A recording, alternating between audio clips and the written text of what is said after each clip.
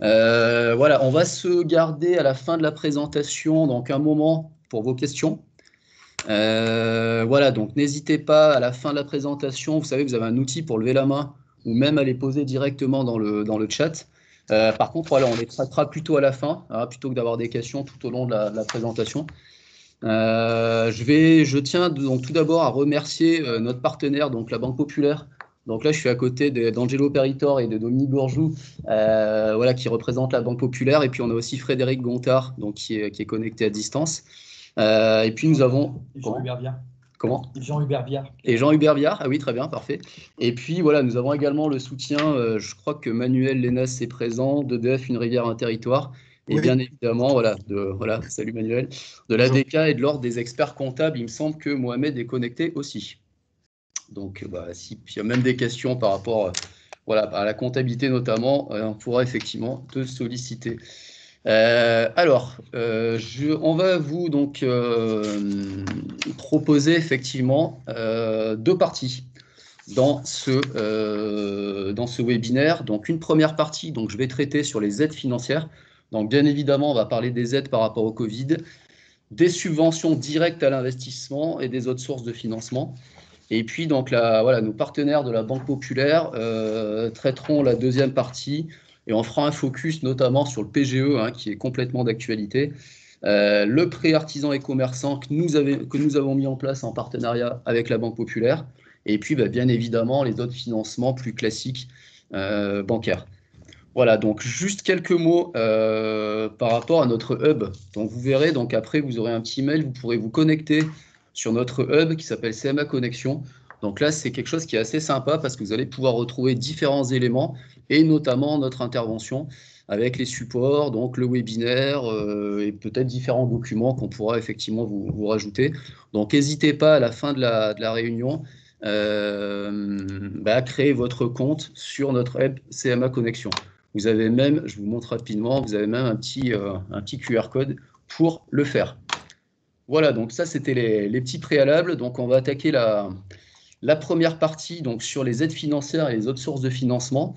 Donc, vous verrez, c'est assez dense. Je vais essayer d'être le plus concis, le plus clair possible. Bien évidemment, vous n'hésiterez pas à nous poser vos questions à la fin. Alors, on va commencer par les aides Covid, hein, bien évidemment. Juste un petit rappel, parce que vous en avez tous beaucoup entendu parler, sur le fonds de solidarité. Donc voilà, le fonds de solidarité, il ne faut pas oublier qu'il est toujours d'actualité. Donc là, je vais vous faire un petit rappel sur le fonctionnement sur décembre et sur janvier, hein, parce que pour novembre, c'est trop tard. Donc voilà, n'oubliez pas que le fonds de solidarité est toujours d'actualité. Et clairement, pour faire simple, on a 4 possibilités. Hein. Donc si vous avez une interdiction d'accueil au public, vous pouvez avoir une aide qui va jusqu'à 10 000 euros ou une indemnisation de 20% du chiffre d'affaires. Alors ça, c'est vraiment pour les grosses boîtes. Hein. Nous, dans nos boîtes, dans l'artisanat, on sera plutôt sur la première option, donc sur l'aide jusqu'à 10 000 euros. Après, vous savez tous qu'ils ont segmenté un petit peu les activités. Donc, on a des différentes catégories d'activités. Les fameux secteurs S1 et S1 bis. Pour le secteur S1, effectivement, il faut justifier d'une baisse de 50% de son chiffre d'affaires. Et là également, on va avoir le choix entre une aide qui va pouvoir aller jusqu'à 10 000 euros ou une indemnisation de 15% du chiffre d'affaires mensuel. Ouais, donc là, on n'est plus à 20, on est à 15. Quand on fait partie du secteur S1 bis, donc là, on pourra en reparler après, mais si vous voulez, vous avez la liste, ça sur le site du gouvernement, vous avez la liste des activités qui correspondent à ces secteurs. Donc pour le S1 bis, on a toujours cette logique du 50% de baisse du chiffre d'affaires, avec une aide jusqu'à 10 000 euros, mais qui là est limitée à 80% de perte de chiffre d'affaires. Donc vous voyez, en fait, ils ont bien segmenté. Il y a quelques petites subtilités en fonction de la catégorie à laquelle vous appartenez.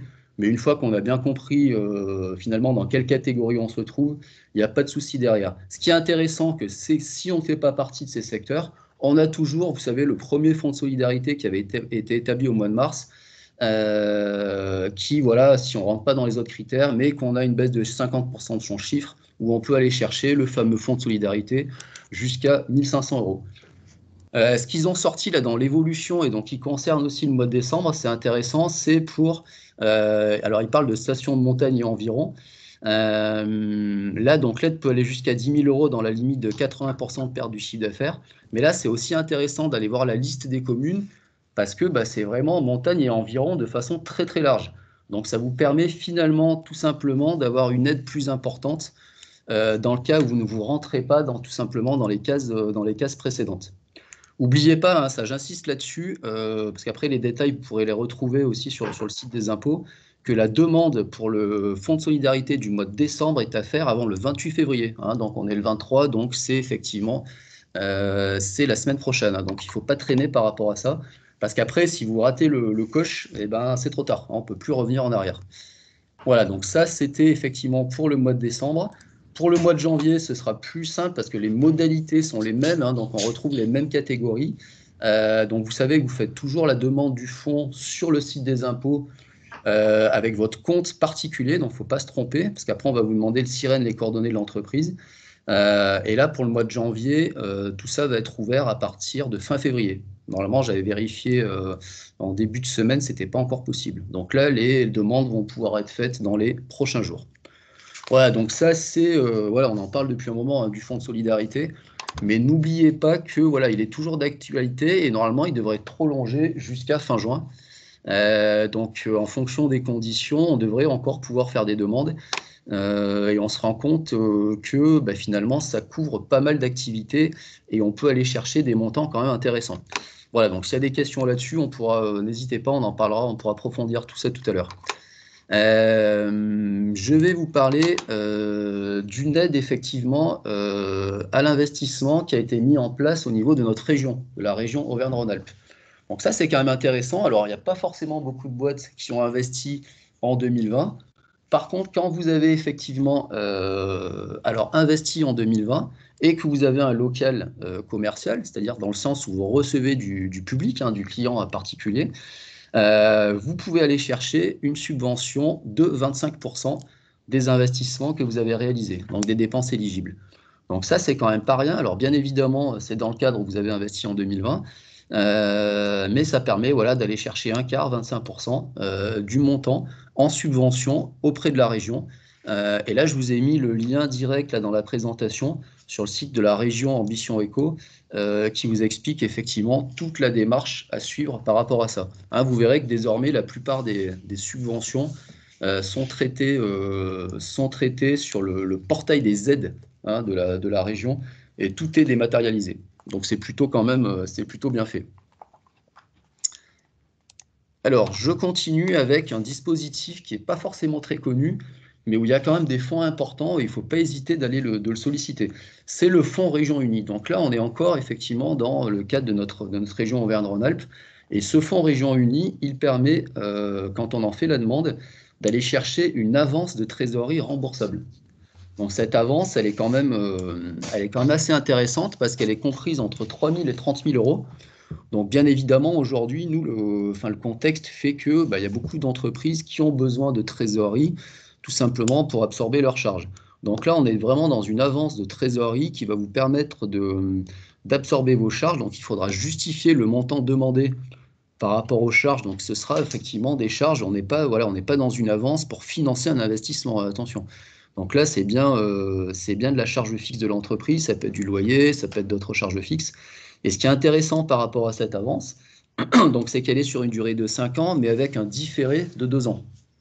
Donc un différé, ça veut dire quoi? Ça veut dire que concrètement, vous allez commencer à rembourser cette avance à partir de la troisième année. Et là, on ne demande pas, il n'y a pas de garantie ou de cofinancement exigé. Hein, donc c'est un dossier. Je vous ai mis également le lien pour aller faire la demande. Donc une avance de trésorerie, hein, pas pour de l'investissement, qui va vous permettre de couvrir vos charges fixes ou vos retards de paiement, et avec quand même ce différé qui est plutôt intéressant. Et on croise les doigts, d'ici le début de remboursement de cette avance, on devrait être sorti, je m'avance un petit peu peut-être, mais en tout cas je l'espère, de cette situation. Voilà, donc de retrouver des activités plus normales. Donc ça, c'est le fonds Région Unie qui a été mis en place par la région. Donc voilà, donc ça c'est vraiment les aides, le focus qui a été des dispositifs spécifiques au Covid. Vous savez également que vous avez des dispositifs d'aide directe à l'investissement. Donc là, on est effectivement dans l'investissement et ça concerne ce dispositif les entreprises, les artisans, les commerçants avec vitrine. Donc, typiquement, effectivement, quand on est boulanger, quand on a un salon de coiffure, etc. Donc, ces dispositifs permettent effectivement, donc, concernent avant tout donc, les entreprises, donc pas forcément existantes, hein, ça peut être des projets de création, avec un plafond, ça c'est la notion de la TPE au sens européen, à 1 million d'euros de chiffre d'affaires, qui sont bien évidemment implantés sur le territoire et qui disposent d'une surface de vente, vous voyez que ça laisse quand même de la marge, qui va être inférieure à 700 mètres carrés. Et sur la métro, voilà, si votre entreprise est implantée sur le territoire de la métro, on a une surface un petit peu inférieure qui est de 400 mètres carrés. Et on va pouvoir également, quand on est commerçant ambulant, un non sédentaire, aller aussi chercher cette subvention. Et je vous parlerai également derrière d'un dispositif qui a été fait exprès également pour les ambulants. Donc ce dispositif-là d'aide à l'investissement, vous voyez, il y a quand même pas mal de dépenses éligibles. Donc on va vraiment de la dépense de rénovation de sa vitrine, hein, extérieure, façade, etc. Tout ce qui est lié à la sécurité du local, les équipements d'économie d'énergie, hein, qui sont quand même complètement d'actualité, que ce soit en isolation, en éclairage, voilà, en chauffage, bon, tout ce qui est lié aux économies d'énergie. La mise en accessibilité aux personnes à mobilité réduite, et puis ce qui est très intéressant, et c'est la plupart des dossiers sont faits par rapport à cette partie-là, c'est tout ce qui est travaux d'aménagement intérieur et acquisition de matériel. Ah, donc typiquement, ça permet effectivement d'aller chercher une subvention sur de l'acquisition de matériel. Et ça va vous permettre effectivement derrière de conforter votre financement, parce que derrière, je vais rentrer dans le détail des taux de subvention, mais justement, ça va vous permettre derrière de conforter le financement de soit vos aménagements, soit vos acquisitions de matériel. Et puis, bien évidemment, avec la crise sanitaire, ils ont intégré tout ce qui est travaux, aménagements nécessaires justement pour le respect de ces fameuses contraintes. Sur ce dispositif, il y a en fait, il faut le traiter en deux étapes, c'est-à-dire que soit vous faites partie de la métro, soit vous êtes hors métro, hein, donc soit dans la métro de Grenobloise. Ce qui est intéressant sur la métro de Grenoble, vous voyez qu'effectivement, on peut aller quand même chercher 50% du montant total des dépenses éligibles. Donc c'est pas rien, c'est pas rien. Et ça vous fait une subvention qui va être comprise entre 750 et 10 000 euros. Donc pour des travaux, hein, vous voyez, je vous ai remis la fourchette, qui sont compris entre 1 500 et 20 000 euros. Alors voilà, on peut cumuler avec l'aide région. Je ne vais pas vous noyer dans les détails avec ça. Ce qu'il faut savoir, c'est toujours dans les démarches de subvention, il faut toujours monter le dossier avant d'engager la dépense. Ah, ça, je ne vous l'ai pas écrit, mais c'est hyper important. Donc, vous ne pourrez pas aller chercher une subvention de ce type-là si vous avez déjà engagé la dépense. Engager la dépense, c'est signer un devis, payer un acompte, etc. Donc, il faut être vigilant là-dessus. Si vous prévoyez de faire des travaux, des investissements dans votre commerce, pensez bien à ces dispositifs avant d'engager effectivement les dépenses. Quand vous faites partie d'un territoire qui est hors métro, donc là, on va pouvoir aller chercher une subvention de 20%. Donc de la région Auvergne-Rhône-Alpes, et en complément d'une subvention de 10% du territoire. Donc ça va faire 30%. Donc c'est quand même intéressant également. Et là, la porte d'entrée pour monter le dossier, ça va être le territoire. Ça va être le territoire parce que pour aller chercher la subvention de la région, les fameux 20%, il va falloir avoir aussi l'accord du territoire qui vous accompagne également. Hein, la région, tout simplement, pour caricaturer un petit peu la chose, la région nous dit, OK, on va financer, mettons, telle entreprise du Pays Voironnais, j'ai vu que Sonia était là, il faut effectivement que le PCI, hein, ou la communauté de communes, apporte également son financement aux porteurs de projets. Je vous fais également un petit focus donc très rapide pour ceux qui sont sur la métro et qui souhaitent effectivement changer de véhicule, hein, passer effectivement sur un véhicule propre. Vous savez qu'il y a également des dispositifs pour financer l'acquisition ou le remplacement ou la transformation, voilà, d'un véhicule dit donc qui n'est pas forcément un véhicule propre en un véhicule propre. Donc je vous ai mis effectivement les différents détails de tout ça. Donc, si vous investissez dans un nouveau véhicule, vous voyez qu'en fonction de l'énergie utilisée, les subventions ne sont pas les mêmes, et de la catégorie de véhicule. Donc ça, c'est dans le cadre d'un investissement dans un véhicule neuf. Alors juste, voilà, je fais rentrer quelqu'un qui vient d'arriver. Vous avez, voilà, si vous mettez, vous avez également des subventions quand vous mettez un véhicule utilitaire léger ou un poids lourd non classé tout simplement à la casse. Là, donc là, vous retrouvez tout le détail de tout ça. Je ne rentre pas dans, voilà, dans tous les chiffres en détail, on n'a pas le temps. Et puis, vous avez également un dispositif pour changer de motorisation. Vous voyez, donc ça fait pas mal de choses. Typiquement sur la métro, donc voilà, le remplacement, la mise à la casse ou le changement de motorisation. Donc voilà, gardez ça effectivement, gardez ça en tête parce que ça peut être utile quand vous êtes effectivement, vous souhaitez remplacer votre véhicule sur le territoire de la métro. Voilà, donc là, on a traité effectivement les aides à l'investissement, un petit focus sur l'investissement numérique. Hein, vous avez vu que, vu le contexte, l'utilisation des outils numériques a complètement explosé. Là encore, la région Auvergne-Rhône-Alpes a mis en place une subvention pour la création de sites Internet et l'optimisation de votre présence sur Internet. Donc tout simplement pour faire de la pub. Donc ça, c'est intéressant parce que, en fait, jusqu'à 500 € de dépenses éligibles. Donc là, on va être, voilà, si vous faites appel à un prestataire, typiquement, pour gagner en visibilité sur Internet, pour mettre à jour votre propre site, pour le transformer en site marchand, jusqu'à 500 € de dépenses, vos dépenses seront prises en charge à 100%. Et au-delà, vous avez quand même une prise en charge de 50%, avec une subvention qui est plafonnée à 1500. Voilà, donc ça aussi, c'est un petit coup de pouce qui n'est pas inintéressant. Et vous avez également le lien, vous voyez, on retrouve toujours le site Ambition Éco pour aller naviguer sur ce site-là où il y a quand même pas mal de choses pour faire la demande toujours de manière dématérialisée avec bien évidemment vos factures acquittées en justificatif. En complément de ça, vous avez peut-être entendu parler, c'est la slide suivante, vous avez peut-être entendu parler du chèque numérique de l'État. Donc voilà, au début, le fonctionnement de ce chèque n'était pas très clair, donc on est toujours dans le numérique, hein.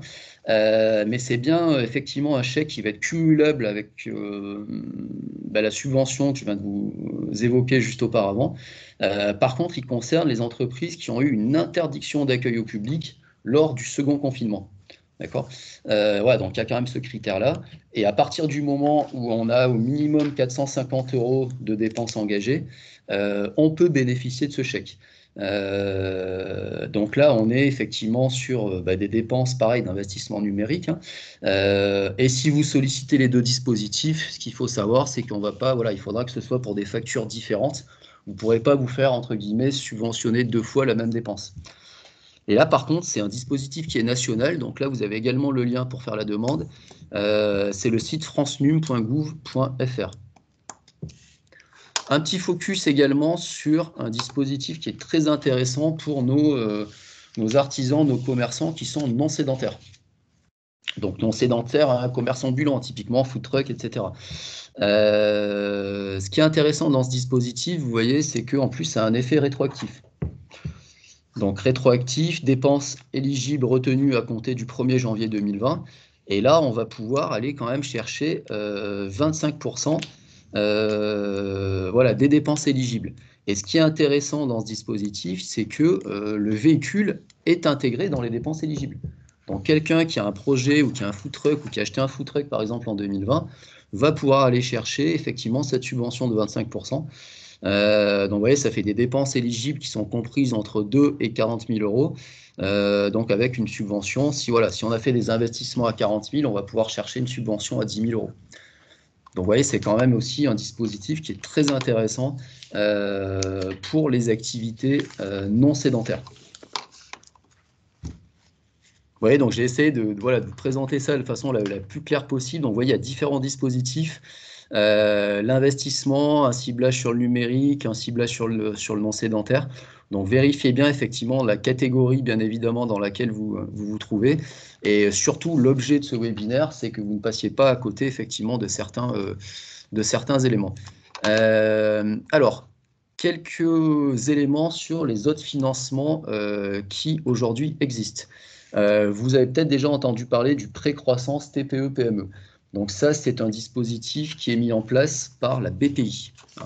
Donc là, on a quand même quelques critères restrictifs, notamment que le fait que l'entreprise doit avoir plus de 3 ans et avoir au moins 3 salariés. D'accord ? Donc ça, c'est effectivement un prêt qui vient en complément d'un financement. Hein, c'est un principe de moins, enfin, du 1 pour 1, et de dire on va cofinancer, vous pouvez avoir un prêt bancaire classique, et de dire je vais aller chercher effectivement ce prêt croissance TPE-PME en complément d'un financement bancaire classique. C'est aussi un dispositif qui est assez intéressant parce que ça permet de donner un petit peu de levier à votre financement. Et là, vous allez faire les démarches directement auprès de BPI France. Voilà, donc bon, l'assiette des dépenses, il parle surtout de dépenses immatérielles, mais on en avait discuté effectivement précédemment avec Mohamed Rachid et il m'avait, enfin, on peut aussi faire passer de la dépense matérielle par rapport à ce dispositif-là. Un point également sur, donc là on va parler de garantie. La garantie c'est important parce qu'aujourd'hui vous savez que souvent votre banque, quand vous faites un prêt, sauf pour le PGE, hein, bien évidemment, parce que c'est l'État qui s'est porté en garantie, va vous demander en garantie. Il faut savoir que notre région, hein, donc la région Auvergne-Rhône-Alpes, elle intervient sous forme de co-garantie avec BPI France, et donc elle peut être amenée sur des prêts moyen-long terme à garantir effectivement votre investissement, donc jusqu'à effectivement 70%. Donc ça, c'est un dispositif qui n'est pas forcément très connu. Donc, il ne faut pas hésiter, effectivement, si vous voyez qu'à un moment donné, vous avez une problématique qui va être liée à la garantie de votre financement, à indiquer à votre banquier qu'il y a aussi ce dispositif de garantie qui existe et qui va donc vous permettre effectivement de faciliter, bien évidemment, l'accès effectivement à votre prêt. Alors j'ai un message effectivement, oui, tout à l'heure j'ai parlé, alors c'est une petite parenthèse, que sur les véhicules propres, ce dispositif est également valable sur le pays voironnais. Voilà, parce que Sonia est connectée, si on pourra en parler aussi si vous voulez un petit peu tout à l'heure. Voilà, donc le fonds régional de garantie, hein, n'oubliez pas que voilà, le message par rapport à tous ces dispositifs, c'est que la région est quand même présente, que ce soit sur des subventions, sur les prêts de trésorerie, le fonds de la région unie, sur cette fameuse garantie pour les prêts bancaires. Donc il faut vraiment avoir ce réflexe-là de penser à tous ces dispositifs qui ont été mis en place et qui, voilà, tant bien que mal, nous permettent de faciliter voilà, les investissements et la traversée de cette période. Un petit focus rapide sur le dispositif que certains connaissent peut-être, qui s'appelle Startup & Go, qui est essentiellement lié à l'entrepreneuriat innovant. Mais alors, pas d'inquiétude pour l'entrepreneuriat innovant, c'est-à-dire c'est vraiment l'innovation au sens très très large du terme. Hein, on n'est pas que sur l'innovation technologique. Donc ça, là, ce dispositif, il nous permet d'aller chercher de la subvention ou du prêt d'honneur. Donc à partir du moment où vous avez un projet effectivement innovant, il ne faut pas hésiter à solliciter ce dispositif parce que vous allez pouvoir effectivement bénéficier soit d'une subvention quand on est très en amont sur le projet. Hein, là, vous voyez, vous retrouverez le détail il y a 3 phases, hein, une phase d'émergence, une phase d'innovation, une phase de développement, ou du prêt à taux zéro qui va être en complément d'un prêt bancaire et donc qui va réduire tout simplement le coût de votre financement. Voilà, donc là, vous retrouvez ça, c'est les plateformes d'initiatives locales qui traitent ces dossiers avec les CCI. Donc, vous retrouvez également dans la présentation les coordonnées. Et puis après, voilà, toujours le même message, hein, c'est que vous n'hésitez pas à nous solliciter si vous souhaitez plus de précision sur ces dispositifs, parce que vous avez vu, on pourrait passer beaucoup de temps beaucoup de temps sur chaque dispositif. Voilà, donc ça, c'était les éléments que je souhaitais vous présenter aujourd'hui, donc par rapport au Covid, par rapport aux subventions et par rapport aux autres sources de financement que l'on trouve aujourd'hui et que l'on peut solliciter. Donc vous voyez qu'il y a pas mal de choses. N'hésitez pas, voilà, tout à l'heure à me poser quelques questions par rapport à ça. Donc je vais passer la parole à Angelo ou à Dominique, je ne sais pas. Ouais, on va le faire à deux. Ouais, vous voulez le faire à deux? Ouais, je décale tout simplement l'ordinateur. On essaie de respecter aussi, nous, les distances. Donc, pour la partie, effectivement, donc sur la partie donc plus bancaire traditionnelle et effectivement avec un focus important pour le PGE parce que certains d'entre vous ont dû le solliciter. Voilà, et puis évidemment, si vous avez des questions par rapport à ça, on pourra en parler juste après. Merci Guillaume. Rebonjour à tous. Donc, avec Dominique Jorgou et Jean-Hubert Viard et Frédéric Gontard qui sont à distance, on va essayer de vous faire une présentation la plus synthétique, mais la plus complète possible sur ce que peut faire la banque pour vous accompagner dans le contexte dans lequel nous sommes tous, hein, puisqu'on est tous dans le même écosystème, puisque la Banque Populaire est avant tout une banque régionale. On va bien sûr faire un focus assez marqué sur le PGE et sur la sortie de PGE, puisque c'est l'actualité et que ça pose un certain nombre de questions qui sont des questions à la fois techniques et de méthode.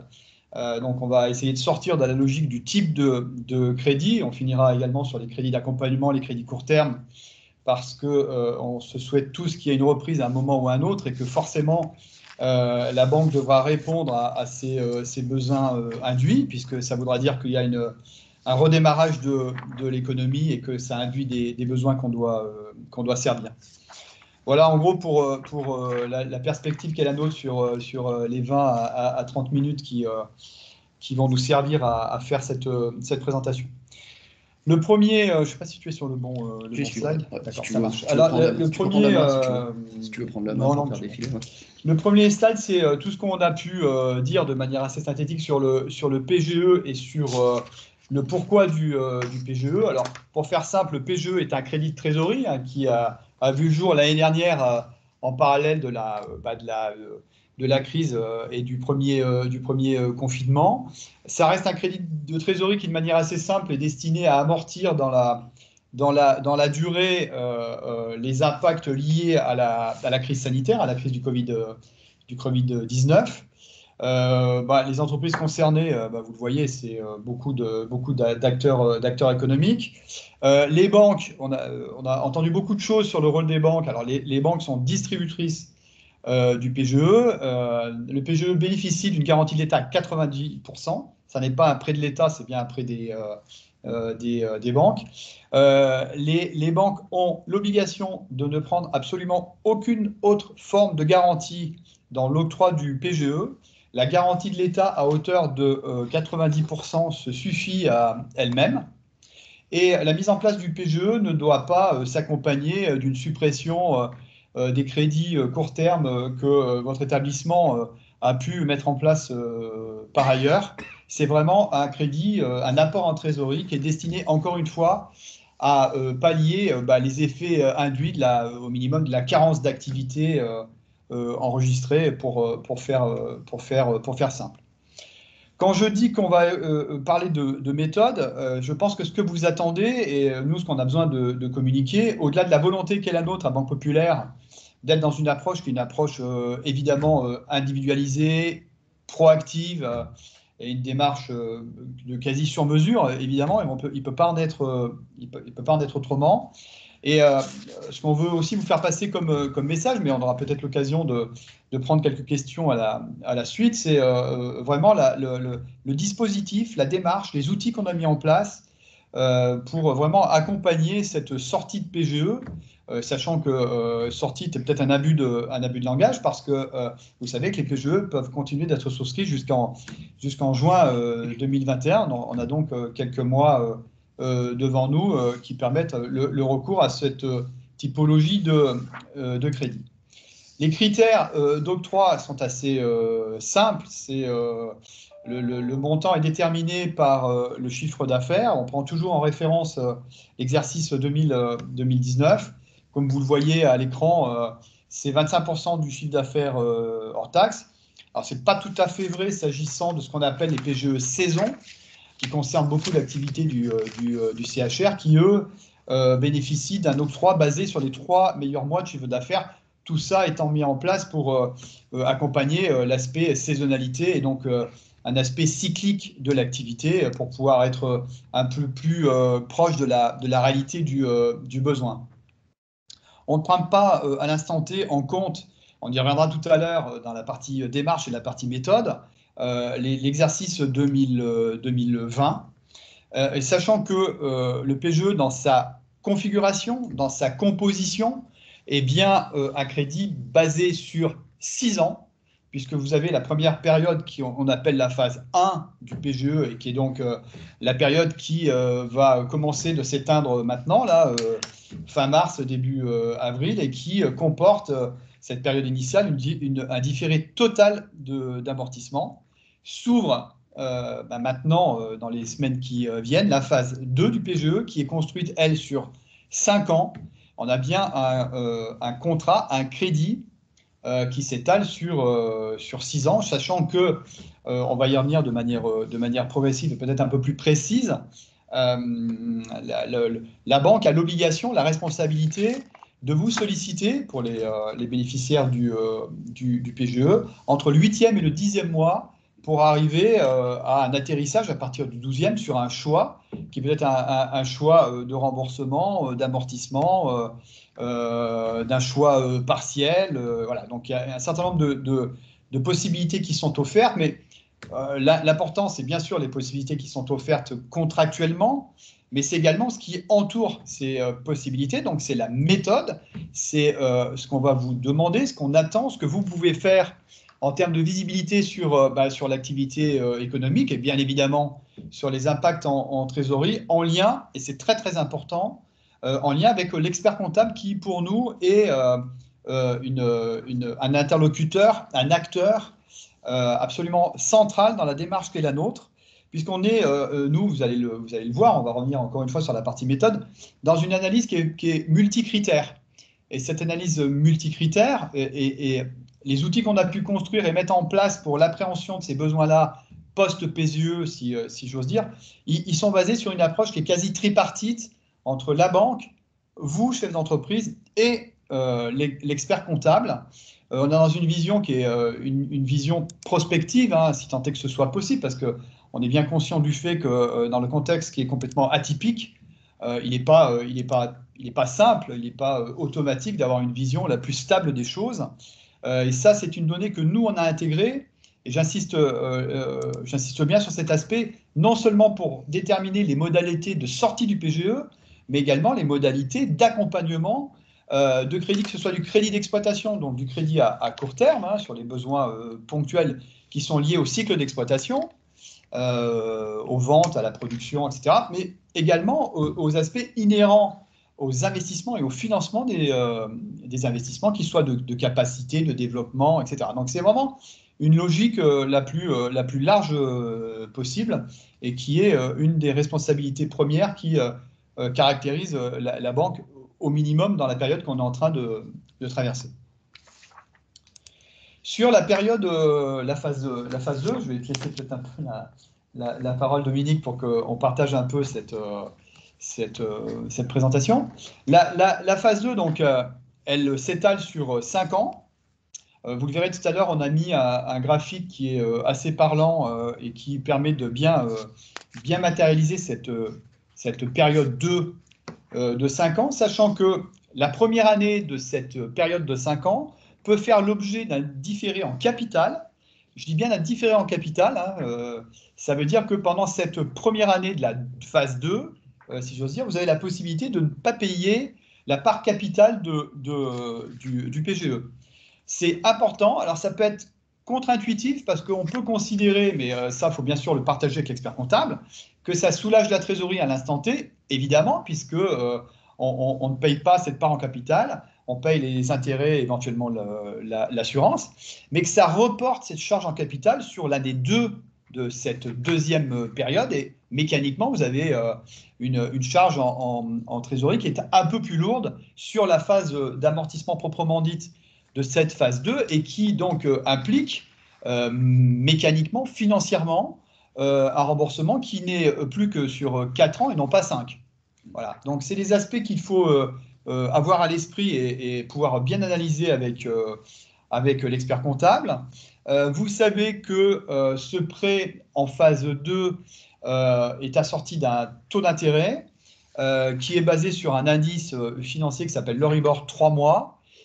Aujourd'hui, sur ces maturités-là, en gros, quand on mesure le taux d'intérêt sur une durée donnée, 1 an, 2 ans, 3 ans, 4 ans, 5 ans, bah pour l'Euribor, c'est une durée à court terme, qui fait que cet indice aujourd'hui, il est négatif et qu'il est fleuré, c'est-à-dire qu'il est réputé être à 0 pour une facilité de calcul, et sachant qu'à ce taux d'intérêt qui s'applique sur cette durée, on y ajoute le coût de la garantie payé à l'État.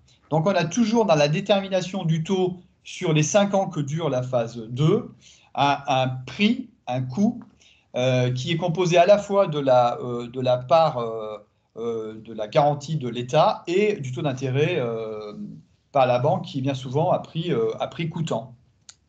Je ne sais pas si tu veux compléter, Dominique. Non, c'est bien parti, c'est très bien. Alors, sur le graphique, on a parlé du graphique qui va permettre peut-être de redire les choses de manière un peu plus précise, parce que sans graphique, nous, c'est un peu notre quotidien, donc on n'est pas forcément très précis. Enfin, on va tenter de l'être le plus possible. Donc, je l'ai dit, le PGE est un prêt sur 6 ans, au maximum, hein, j'entends. Hein. La phase 1, qui, encore une fois, arrive en bout de course, puisque cette phase 1 est installée sur 12 mois et qu'elle bénéficie d'une franchise totale, vous l'avez à l'écran, capital et intérêt, que s'ouvre à partir en gros de 8 à 10 mois. Votre banque vous sollicite d'une manière ou d'une autre, courrier, mail, appel téléphonique, SMS, voilà, elle vous sollicite pour vous dire déjà qu'on arrive en phase finale de cette première période, hein, de cette phase 1, et que donc ça va nécessiter un choix sur la sortie de PGE, et surtout ça permet de projeter les choses sur la phase 2, donc sur les 5 ans, avec, vous le voyez, soit un amortissement classique, si j'ose dire, sur 1, 2, 3, 4 ou 5 ans, comme un prêt classique, ou un choix un peu différent avec une année de franchise en capital, j'insiste bien, supplémentaire, et avec cette fois un amortissement qui, lui, courra sur les 4 années suivantes. Donc on est sur ce petit différentiel qui n'est pas neutre en trésorerie et qui nécessite quelques analyses et qui nous amène à parler de la méthode. Après, c'est juste une petite chose à préciser, parce qu'on ne l'a pas dit, simplement qu'on n'est pas obligé d'amortir, enfin je veux dire, on peut aussi rembourser totalement Absolument. le PGE par anticipation à l'issue de cette période de 1 an, dans son intégralité, qu'on peut aussi choisir d'en rembourser une partie si on a de la trésorerie, et l'autre partie, on peut choisir de l'amortir. Donc là, c'est quand même effectivement du sur-mesure en fonction de la trésorerie du moment et de la situation de l'activité de l'entreprise. Et ce qu'il faut savoir aussi, et ça aussi c'est un point important, c'est si on décide de rembourser le PGE, on ne pourra pas en solliciter un nouveau.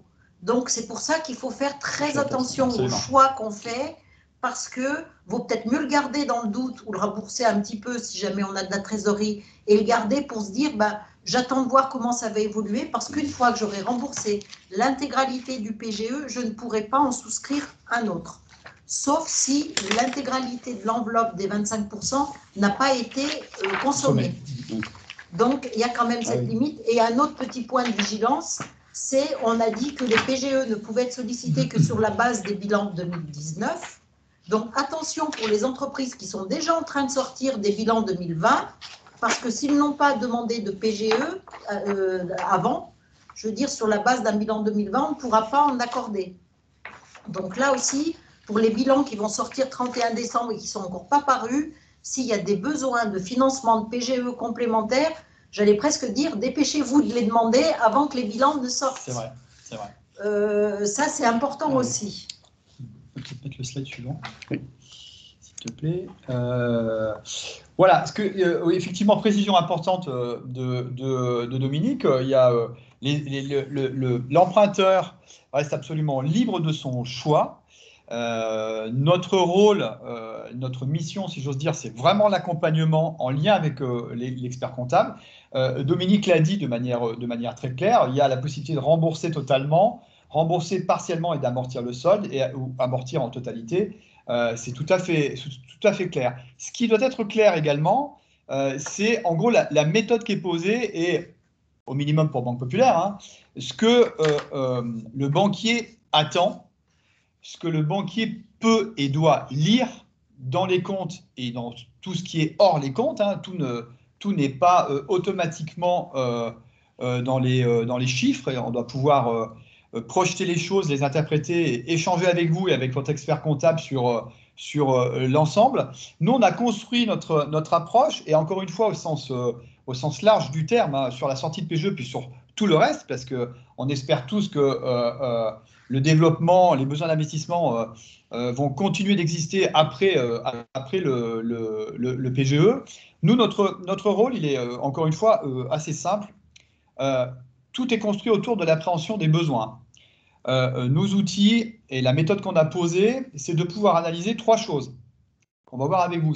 Première chose, c'est l'impact qu'a eu la crise sur votre activité et les mesures que vous avez prises, au sens, encore une fois, large du terme. C'est le premier bloc. On regarde l'impact de la crise et les mesures que vous avez pu prendre. Au sens large du terme, c'est quels soutiens ont été mis en place, est-ce qu'il y a un retard dans les charges sociales, est-ce qu'il y a eu un recours au chômage partiel, est-ce que vous avez pu tenir un prévisionnel, est-ce qu'il y a des aides financières, qu'elles soient régionales, Guillaume l'a dit très justement tout à l'heure. On regarde tous ces aspects de manière encore une fois assez précise, assez large, c'est l'impact de la crise sur votre activité et les mesures qui ont été prises. Ça, c'est le premier pilier. Le deuxième pilier, on bascule dans une logique d'analyse beaucoup plus économique. Donc, on va chercher des aspects qui sont un peu plus macro et qui sont plus économiques. Hein. Donc, c'est en gros, c'est quel type d'activité, est-ce qu'elle est maintenue, est-ce qu'elle est adaptée, est-ce que si elle est adaptée, est-ce que ça modifie mon portefeuille client, est-ce que ça modifie mes clients, est-ce que ça modifie mon montant moyen, est-ce que je dois négocier des choses particulières avec mes fournisseurs, est-ce qu'au contraire, je dois changer de fournisseur, est-ce que ça a un impact sur mes stocks, est-ce que si ça les modifie, quel impact ça peut avoir en trésorerie. Donc, on est sur une logique d'analyse plus économique. Et enfin, troisième pilier de la démarche, c'est tout ce qui est impact financier. Donc, cette fois, on bascule très clairement dans le financier, et là, on fait une équation qu'on essaye la plus simple et la plus opérationnelle possible. C'est quel est l'impact qu'a eu le Covid sur ma structure financière et sur, en gros, mon compte d'exploitation. On essaye d'analyser les 2 choses. C'est le compte d'exploitation et puis tous les effets, j'allais dire, sur les ratios, que ce soit la capacité de remboursement, que ce soit la rentabilité, que ce soit le poids des charges financières, enfin tous ces aspects-là qui sont des données financières et qui doivent permettre aux chiffres de nous donner la mesure de l'impact du Covid. C'est vrai pour la partie structurelle. Est-ce que j'ai encore des fonds propres? Est-ce que si j'ai un impact de fonds propres assez sévère, je peux avoir des solutions pour les résorber, ces fonds propres? Les carences sont-elles gérables? Où en est mon endettement? Voilà. On essaie d'analyser ces aspects-là. Donc, on a les 3 piliers. L'analyse des impacts strictement, j'allais dire, opérationnels sur mon activité, l'analyse économique, l'analyse financière. Voilà. Tout ça nous permet d'atterrir sur une appréhension des besoins. Ces travaux, cette réflexion et les indicateurs qu'on met en place, hein, avec vous, encore une fois avec l'expert comptable, permettent de voir, ça détermine bien souvent le choix pour la sortie de PGE. Ça, c'est incontestable parce que bien sûr qu'on intègre la logique de la sortie de PGE dans cette appréhension de besoin, mais ça permet également de tracer une perspective sur la suite, parce qu'on se souhaite tous qu'il y ait du besoin en fonds de roulement, hein, pour là aussi prendre un terme de comptabilité.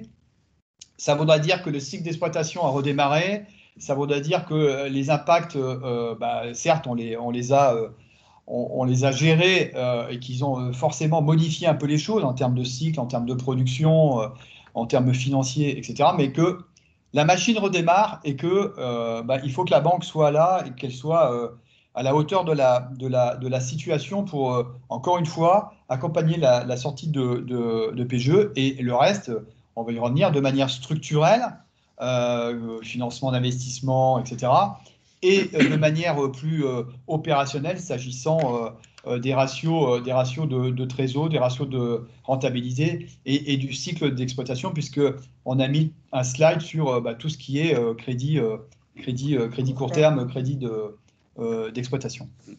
Voilà pour la partie méthode. Peut-être quelques mots sur une des solutions qui est le report d'échéance, qui est aussi une possibilité qui est maintenue par la banque. Voilà. Alors, sur le report d'échéance, en fait, j'enlève mon masque, ça concerne en fait les prêts qui sont en cours, que l'entreprise a en cours, indépendamment du PGE. Ça veut dire une entreprise, lorsqu'il y a eu cet arrêt d'activité, les confinements, elle avait ses prêts qu'elle avait fait pour acheter son fonds de commerce, ses véhicules, peu importe.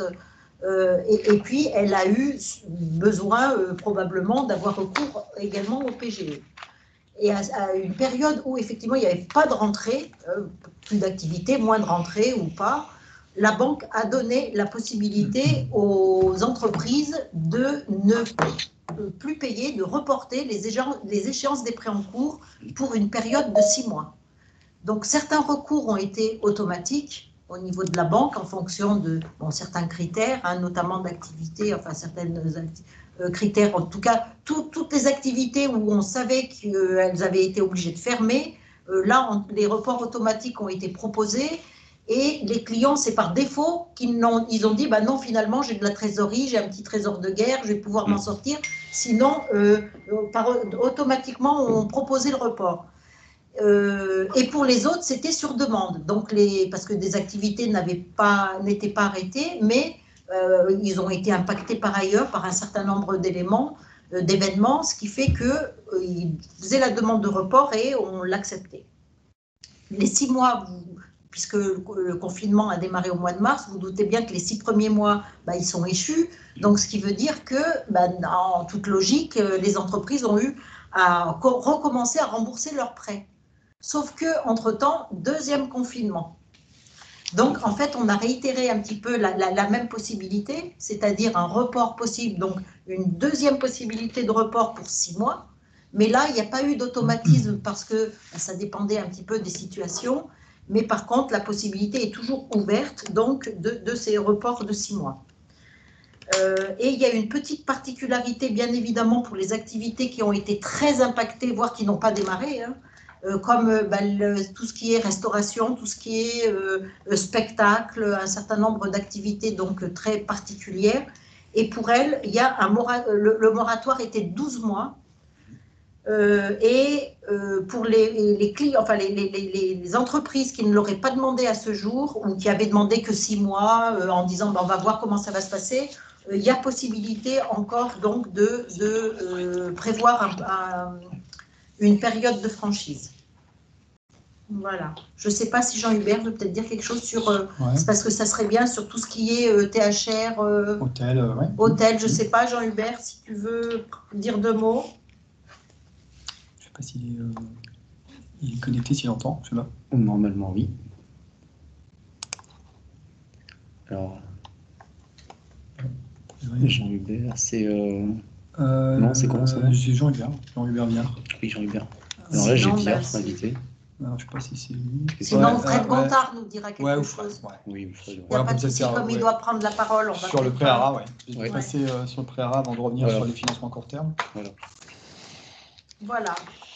Fred, à toi. Fred, on passe la main sur les possibilités de prêt dans le cadre du partenariat entre les chambres consulaires et au premier rang desquelles la Chambre des métiers et la Banque populaire Auvergne-Rhône-Alpes, s'agissant du prêt ARA, comme c'est affiché à l'écran.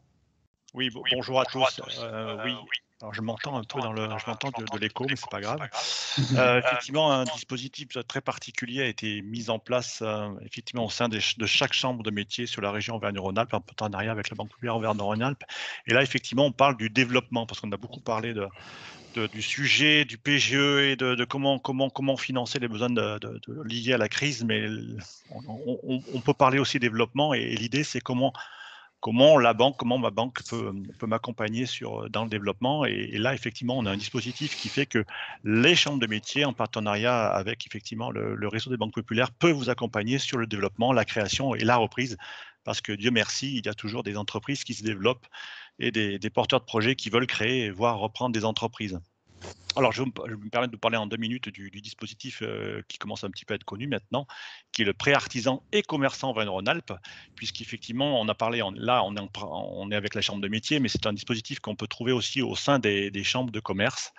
L'idée, c'est quoi? C'est que tout simplement, ces 2 chambres consulaires peuvent vous proposer un prêt à taux zéro dans le cadre du financement, du développement, de la création et de la reprise d'entreprise. Alors, comment ça marche? Effectivement, on finance la création, la transmission, la reprise et le développement. Donc ça, c'est les 4 grandes opérations qui sont financées via ce prêt. Ce prêt va jusqu'à 20 000 € sur une durée de 60 mois. Le taux de ce prêt, bien sûr, est à 0, sans frais de dossier, sans garantie. Il représente 20% du besoin de financement total. Alors, prenons un exemple. Je vous ai mis un exemple. Vous avez un besoin de financement de 100 000 €. Le prêt artisan ou commerçant donc sera logiquement de 20 000 puisqu'il est plafonné à 20 000. Hein, donc 20% de 100 000, ça fait bien 20 000 €. Et le prêt complémentaire, effectivement, peut être fait dans toute banque. Voilà, toute banque possible. Maintenant, effectivement, s'il est fait à la Banque Populaire Auvergne-Rhône-Alpes, il y a un process bien spécifique qui a été mis en place, à savoir un process de décision en 72 heures et un taux de prêt complémentaire particulièrement attractif, effectivement, s'il est fait chez nous. Alors, c'est un prêt qui est contre-garanti donc par la région Auvergne-Rhône-Alpes, ça il faut le souligner. La région Auvergne-Rhône-Alpes est partie prenante dans ce dispositif de prêt artisan et commerçant, donc à hauteur de 50%. La région Auvergne-Rhône-Alpes contre-garantit ce prêt à hauteur de 50%. Donc dans l'idée, effectivement, vous avez un besoin de développement, de création, de reprise d'entreprise. Parlez-en à votre chambre de métier, bien évidemment, qui est votre porte d'entrée pour le dispositif. Parlez-en aussi à votre chambre de commerce, aussi, si vous êtes chambre de commerce, affilié chambre de commerce. Ils sauront vous accompagner et vous donner le détail sur ce dispositif-là. Voilà pour ce financement. Je vous relaisse la parole. Merci. Merci Frédéric. On va peut-être réessayer avec Jean-Hubert Viard, parce qu'a priori, on a un problème de liaison. Je ne sais pas si nous entend, Jean-Hubert. Allô, vous m'entendez? Ouais, on t'entend. Ok, je vous entends, effectivement. Je vous ai entendu depuis le début, mais il y a des petits problèmes de micro. Non, effectivement, moi, je ne rajouterai pas grand-chose, mis à part que, comme je m'occupe du groupe Montagne Savoie-Isère, la particularité porte plus sur le PGE saison. Et certains d'entre vous se posent la question aujourd'hui en compagnie et surtout en collaboration avec vos experts comptables de savoir s'il faut faire ou pas un PGE. La seule chose que je peux vous dire aujourd'hui, c'est que pour ceux qui ne l'ont pas fait ou ceux qui n'ont pas utilisé complètement l'enveloppe des 3 meilleurs mois ou des 25% de chiffre d'affaires pour faire leur PGE, c'est qu'effectivement, il faut se poser la question aujourd'hui. Et peut-être, puisqu'on a jusqu'au 30 juin pour le faire, ce qui donnera un remboursement en 2022 et donc la visibilité sur la prochaine saison qui, j'espère, sera une saison normale. Voilà, donc ça peut permettre, même ceux qui n'en ont pas forcément besoin, de se poser la question avec son expert comptable, de savoir est-ce que j'en fais un ou est-ce que j'en fais pas. Voilà, sachant que ça permettra effectivement d'avoir une année supplémentaire de visibilité. Voilà, c'est tout ce que je voulais rajouter. Sur tout le reste, je partage tout ce qui a été dit et je vous écoute attentivement. Merci Jean-Pierre, merci beaucoup. On en arrive pour la partie bancaire au slide final qui est en gros les besoins à court terme. En gros, c'est, pour faire simple, on a parlé de BFR, c'est tout ce qui naît du déséquilibre inhérent à un cycle de production dans une entreprise. Le libellé est assez clair: acheter, stocker, fabriquer, acheminer. La vie d'une entreprise, c'est un monde de déséquilibre. On a la capacité aujourd'hui, avec des crédits court terme, des crédits d'exploitation, de financer ces déséquilibres. nous, on le souhaite parce que ça fait partie de notre mission première, hein, qui est de financer l'économie. Et au-delà du financement d'investissement, on en a parlé tout à l'heure, hein, le PGE étant quelque chose de complètement atypique, le financement de l'activité, le financement du poste client, l'accompagnement au sens large, d'une façon ou d'une autre. On a mis 4 exemples. Il y en a probablement plusieurs, mais ils sont parlants, ils sont pratiqués, ils sont simples. Ils répondent à des besoins très factuels, très concrets, et ils sont assez faciles à mettre en œuvre. On peut rapidement les définir, hein. Le découvert autorisé, c'est un droit à tirage que vous pouvez utiliser à partir du moment où votre cycle d'exploitation le justifie, l'explique.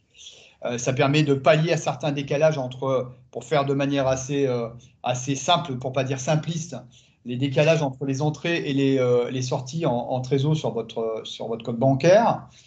L'escompte, on est déjà là dans du financement d'une vente. C'est un client qui règle votre prestation, votre produit avec un effet de commerce.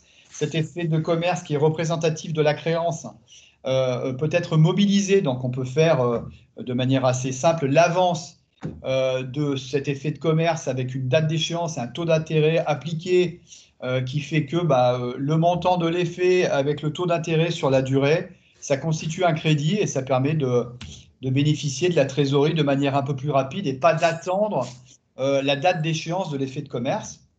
La cession d'AI, on est, j'allais dire, une étape plus haute, une étape anticipée. En gros, on n'attend pas le règlement par chèque ou par effet de commerce de votre client. On se contente, si j'ose dire, de la facture émise et on fait sur le même principe que l'escompte, là aussi pour être un peu simpliste, mais pour comprendre la logique, on vous fait l'avance sur la base de la facture et non pas sur le règlement de la facture elle-même, que ce soit un effet de commerce, un virement ou un chèque pour faire simple. Particulièrement vrai quand vous avez des débiteurs qui sont des administrations et du public au sens large du terme, où là, on peut, dans le respect de la loi d'AI, puisqu'il y a une loi qui porte ce nom-là et qui permet d'avoir recours à cette typologie de crédit. Et enfin, peut-être la solution la plus aboutie, la plus complète, c'est l'affacturage. Là, on ne se contente pas de prendre une facture, on peut prendre toute ou partie du poste client, donc de l'ensemble de votre portefeuille client, et on fait une avance qui correspond à une partie ou la totalité du poste client, c'est-à-dire de toutes les factures qui sont enregistrées, qui sont en attente, qui constituent un délai. Le délai, c'est un déséquilibre, et ce déséquilibre, il pèse sur la trésorerie, il instaure une carence, et il faut régler cette carence.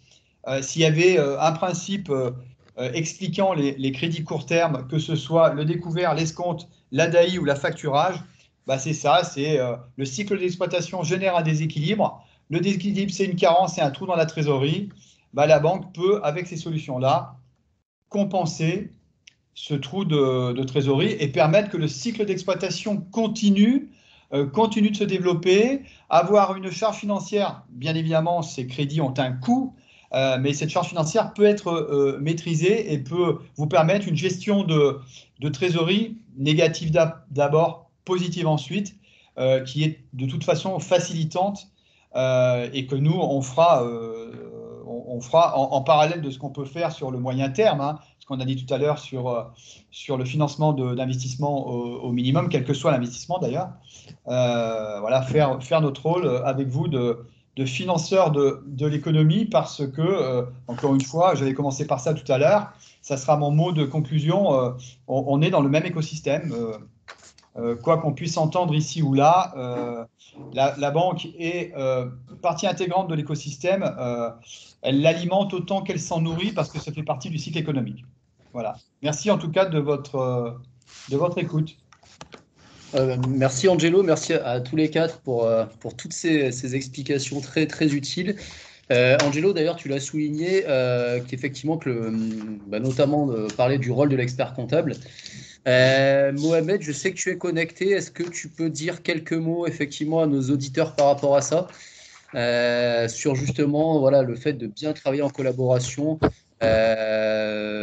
effectivement avec son expert comptable. Voilà, toi, en tant qu'expert comptable, est-ce que tu peux nous dire quelques mots par rapport à ça?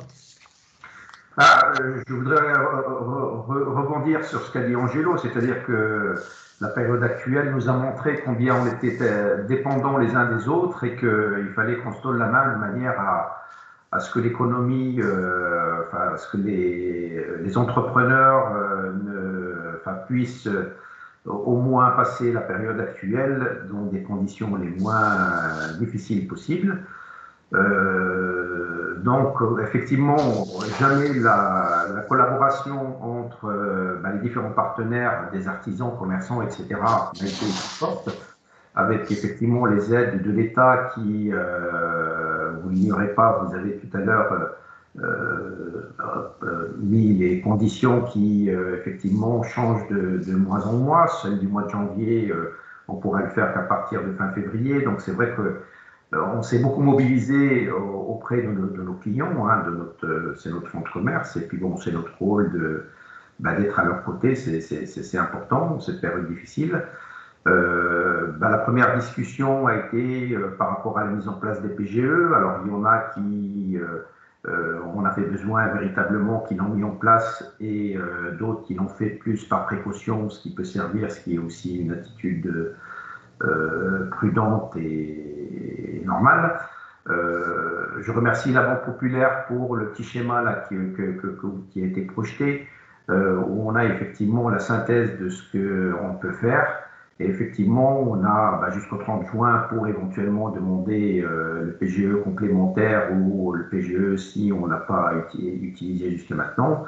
Et véritablement, il faut qu'on discute entre nous avec le banquier, le client, sur ce qu'il faut faire et pas attendre le 30 juin à la dernière minute pour réagir. En tout cas, sachez que les choses sont compliquées pour les entreprises aujourd'hui. On sait que l'artisan passe beaucoup de temps dans le commercial à chercher les affaires, à les traiter, à recouvrer les créances, etc. Et il faut qu'il soit accompagné par, je remercie la Chambre des métiers par l'information qu'elle donne à travers, pour les aides, les possibilités les aides Covid, les aides pour les subventions.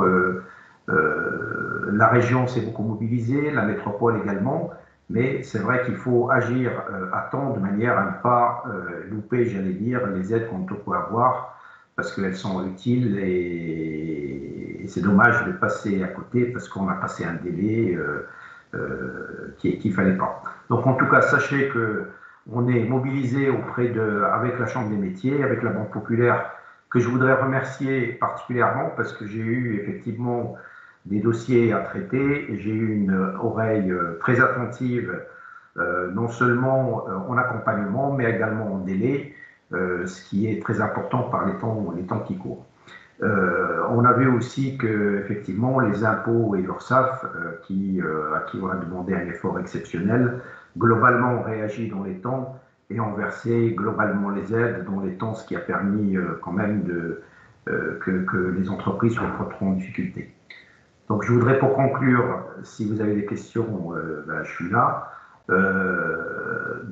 Déjà pour remercier Guillaume et Christophe Quéron, responsable directeur de l'économie, pour cette réunion et l'inventaire de ce qui peut être fait et souligner le travail et la collaboration qu'on peut avoir entre la Chambre, les banques et les experts comptables. Sachez qu'on est là pour vous aider et qu'on a une oreille attentive et il faut vous faire accompagner parce que c'est véritablement important. Il faut pas, le chef d'entreprise a souvent beaucoup de difficultés et si on peut se charger de certaines formalités pour soulager et qu'il puisse se concentrer sur son travail et sur son activité, on en sera très heureux. Voilà. Écoute, super, merci beaucoup Mohamed. Tu vois, tu fais une transition aussi toute faite par rapport aux accompagnements qu'on propose à la fois en tant que chambre de métier, en tant que banque populaire. Donc, merci pour tous ces éléments. Donc, n'hésitez pas, bien évidemment, à nous solliciter. Là, vous retrouvez effectivement, alors attendez, je suis allé trop vite. Vous retrouvez, voilà, puis on passera aux questions juste après. Vous retrouverez donc bien évidemment mes coordonnées, voilà, parce que moi je suis basé sur Grenoble, et puis celle de mon collègue, si vous êtes sur la partie Nord-Isère, où voilà, nous sommes des conseillers en financement et en prévention des difficultés. Voilà, donc effectivement, complètement d'actualité vu le contexte. Donc n'hésitez pas, vous avez nos lignes directes et nos emails. Vous retrouvez également un accompagnement qu'on met en place en gestion financière. Alors non, je vais encore trop vite, pardon. Donc là, vous avez également nos permanences quand vous avez des problématiques qui sont plus juridiques. Hein, donc là, on a des permanences avec des avocats, donc avec le barreau des avocats. Donc c'est des permanences, voilà, bon, pour l'instant, elles sont téléphoniques vu le contexte, mais ça vous permet de bénéficier effectivement d'un rendez-vous avec un avocat pour toute problématique. On va de problématiques sur les baux commerciaux, sur des non-paiements, sur des contrats. Enfin, c'est des problématiques très très larges. Donc, n'oubliez pas effectivement tous ces dispositifs d'accompagnement. Nous mettons également en place un accompagnement en gestion financière pour nos entreprises qui mixe à la fois donc de la formation collective et de l'accompagnement individuel en entreprise. Voilà, donc ça c'est moi directement qui m'en occupe, avec des sessions là qui commencent là dans un mois, hein, puisque c'est fin mars. Donc on va mettre en place des outils de pilotage parce que beaucoup d'artisans effectivement voilà, n'ont pas forcément mis en place les outils nécessaires, que ce soit en rentabilité, en trésorerie, etc. Donc il y a pas mal de boulot à faire par rapport à ça. Et vous trouvez également sur la dernière slide donc les coordonnées de Frédéric Gontard et voilà, pour faire le relais effectivement au niveau de la Banque Populaire, avec même un QR code. Voilà, donc ça c'est plutôt pas mal. Voilà, ouais, on a essayé de tenir voilà, quasiment en 1 heure donc, cette présentation. C'était important quand même de traiter tous ces points. On a essayé d'être le plus concis possible. Vous avez vu, il y a beaucoup de sujets. Donc, écoutez, c'est parti. On est à votre écoute pour les questions. Moi, j'avais juste une question que je vais poser à Angelo par rapport à ce qu'on a dit tout à l'heure, parce que j'ai eu aussi un message par rapport à ça. C'était juste pour revenir sur l'histoire des bilans 2020. En quoi est-ce que c'est un problème finalement pour le PGE? Ça veut dire que dès qu'on a un bilan 2020, c'est le bilan 2020 qui est pris en compte, c'est ça? En fait, on sait que les bilans 2020 vont de facto avoir la répercussion de la crise dans les chiffres. Voilà. Donc ça, ok. Ouais. On sait aussi qu'un certain nombre d'entreprises ont eu recours au PGE et parfois des montants importants, 25% du chiffre d'affaires, c'était parfois important, et où il va y avoir un déséquilibre. On va avoir, pas pour tout le monde, mais on peut imaginer que pour un certain nombre d'entreprises, il y aura donc un déséquilibre dans les bilans 2020 entre baisse de chiffre d'affaires, baisse de rentabilité et augmentation de l'endettement. Oui. Donc, par rapport à ça, après, je ne vais pas rentrer dans tout ce qui est forbearance là, parce qu'après, sinon, on ne va pas s'en sortir et j'ai peur de vous perdre, et c'est un petit peu compliqué. Mais tout ça pour dire que par rapport au PGE, donc les aides de l'État, elles sont par rapport à des bilans qui étaient presque avant la crise. Oui. Donc, et puis l'aide s'arrêtant au 31 juin, il y a aussi cette raison essentielle. La possibilité de recours au PGE s'arrêtant au 31 juin. Donc, c'est pour ça que les bilans 2020 ne seront pas pris en compte. Oui, mais donc ça veut dire que même si on a le bilan 2020, c'est pas gênant. Ah si, c'est gênant. Ah, c'est gênant. Donc c'est vraiment cet aspect-là. Ah oui. Oui. Parce donc, que du coup, on a un dernier bilan qui est pas bon. Normalement, sauf si je dis une bêtise, mais je ne crois pas. Sur la base d'un bilan 2020, on ne peut pas demander de PGE. C'est ça. D'accord. Donc, donc à partir du moment où un bilan 2020 est sorti. Oui. C'est pour ça que je disais. C'était pour bien comprendre cette petite subtilité. C'est pour ça que je disais, on commence à voir des bilans 2020, donc septembre notamment. Et oui. Donc pour ces affaires-là, on ne peut plus faire PGE. Ah oui, à partir d'accord. Ok, très bien. Ouais. Frédéric, tu voulais intervenir, non, c'est ça? Non, j'ai pas levé la main. Oui, moi est-ce que je sais pas, vous m'entendez? Oui, je peux que dans le sens de Dominique. Effectivement, aujourd'hui, voilà, alors est-ce que la possibilité de faire un PGE sera prorogée ou pas? On n'en sait rien, mais en tout cas, c'est 30 juin aujourd'hui, 31 juin, 30 juin. Donc effectivement, il est très important de bien se poser la question et éventuellement de le faire. Mohamed parlait de précaution, de PGE de précaution. Oui, effectivement, ça a été le cas, ça peut être encore le cas, de bien réfléchir. Certes, de ne pas s'en utiliser pour des investissements matériels, des immobilisations, voilà, de développement, c'est pas le but, mais voilà, peut-être qu'il faut effectivement bien se poser la question et le faire dès que possible. D'autant plus que le mois de juin arrivera très vite. On est déjà au mois de mars dans une semaine, donc vous voyez, ça va très très vite. Donc on peut qu'encourager les professionnels à bien se poser la question et éventuellement à faire des démarches s'ils ne l'ont pas encore fait ou faire un complément, parce qu'on en a parlé tout à l'heure. Effectivement, une personne qui a souscrit un PGE de 15% de son chiffre d'affaires peut très bien effectivement demander à son banquier un complément des 10% restants, parce que 15 plus 10, ça fait 25. Donc voilà, il faut se poser toutes ces bonnes questions. Ok.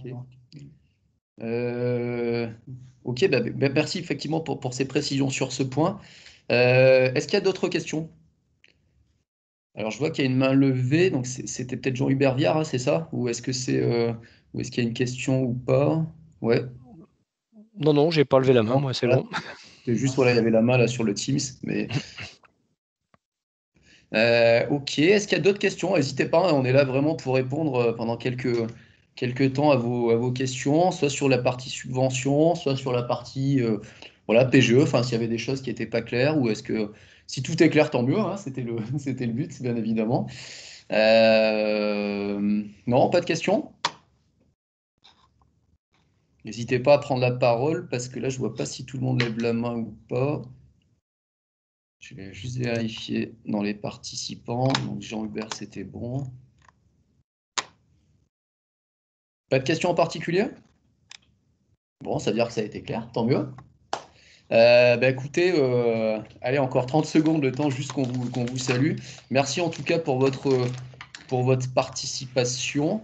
Donc vous recevrez effectivement un petit mail avec, voilà, pour vous connecter sur notre hub. Vous retrouverez donc le webinaire, donc le replay. Également le support de présentation, vous avez tous les liens, les coordonnées. Il y a le super tableau sur le PGE là, qui est très clair, donc qui vous sera sûrement utile également. Et puis n'hésitez pas, donc vous avez nos coordonnées de toute façon, donc n'hésitez pas à nous contacter.